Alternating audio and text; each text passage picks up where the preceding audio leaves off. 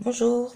Alors j'ai décidé de faire une petite vidéo parce que je voulais m'acheter une surjeteuse et c'était assez difficile de trouver des infos sur cette surjeteuse qui est la moins chère que j'ai pu trouver. Alors j'avais quelques doutes, donc c'est une surjeteuse 4 fils, voilà, de marque allemande. Alors je me suis dit ce sera résistant. Alors j'ai commencé à ouvrir le carton parce que j'étais un petit peu surexcitée.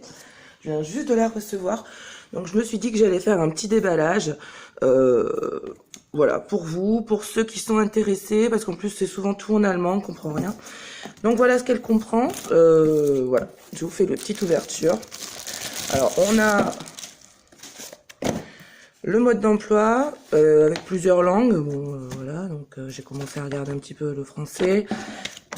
Ça a l'air assez détaillé.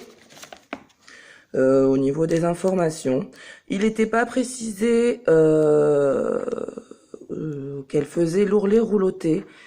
Et de ce que je vois, il y a un petit pied, enfin une petite chose qu'on peut modifier en fait pour utiliser l'ourlet rouloté. Donc, je mettrai dans les commentaires si éventuellement je me trompe, mais apparemment elle le fait. Ensuite, on a donc on a la pédale qui a l'air de pas trop mauvaise facture, plutôt un bon plastique, avec bien sûr le fil. Ce qui est bien aussi, ah oui je l'avais sorti, on a le petit bac. Comme on sait que la surjeteuse fait quand même beaucoup de déchets, je trouve ça génial. C'est un élément qui m'a beaucoup plu, même si on peut s'en fabriquer un en tissu ou quoi, j'ai trouvé ça pas mal. Alors ici on a une petite pochette, comme vous verrez peut-être sur le descriptif de votre vendeur. Donc dedans il y a des petits filets qu'on peut mettre sur les cônes. Hop, je vais pas trop bien y arriver. Donc des petits filets, ça ressemble au truc pour mettre les oignons ou l'ail. Voilà, donc qui peuvent se stretcher quoi. Et pour protéger donc les cônes. Alors dedans ils nous mettent aussi le petit tournevis qui va bien. On a 4 supports de cônes justement. Et voilà, les 3 autres ils sont là-dedans.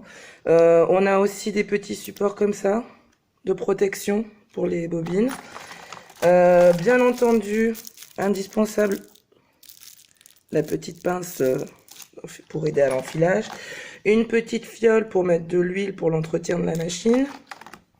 La petite clé qui je pense peut servir peut-être pour la fameuse pièce dont je parlais.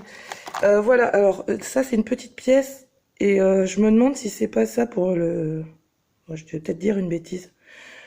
Pour l'ourlet rouloté, je sais pas.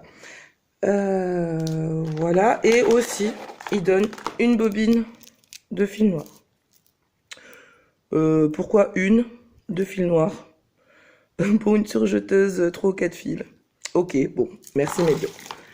Voilà, alors on va passer aux choses sérieuses. On a bien sûr la petite housse de protection pour protéger la machine quand on l'utilise pas. Alors, voilà la bête.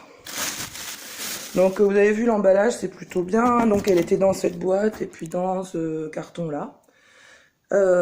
Ensuite, donc ici, voilà.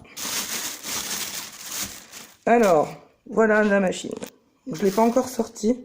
Comme vous pouvez le voir, elle est déjà enfilée. Alors ça, je pense que ça peut aider pour bien voir l'enfilage, pour savoir comment se débrouiller ensuite. Hop.